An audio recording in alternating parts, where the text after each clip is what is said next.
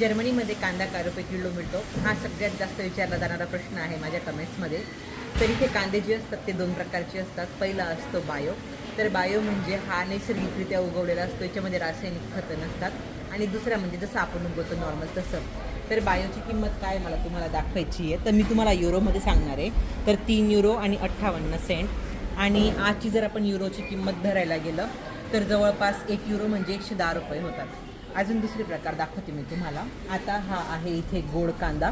तर हा आपण बऱ्यापैकी महाग आहे. त्याची किंमत आहे इथे आपल्याला दिसते ही 4 युरो आणि 15 सेंट किलोमध्ये.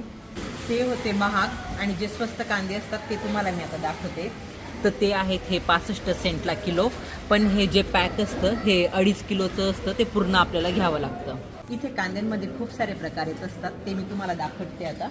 तर हा जो लांब कांदा आहे हा खूप महाग आहे. मी किंमत पाहिली आता तर जवळपास हे जे दिसते आपल्याला 5 युरोला किलो येतो. त्याच्यानंतर हा असा मोठा कांदा येत असतो भाजीसाठी. आणि मग आता हे जे आहेत हे लाल कांदे आहेत. त्याच्यामध्ये पण खूप सारे प्रकार आहेत. प्रत्येकाच्या किमती ह्या वेगवेगळ्या आहेत.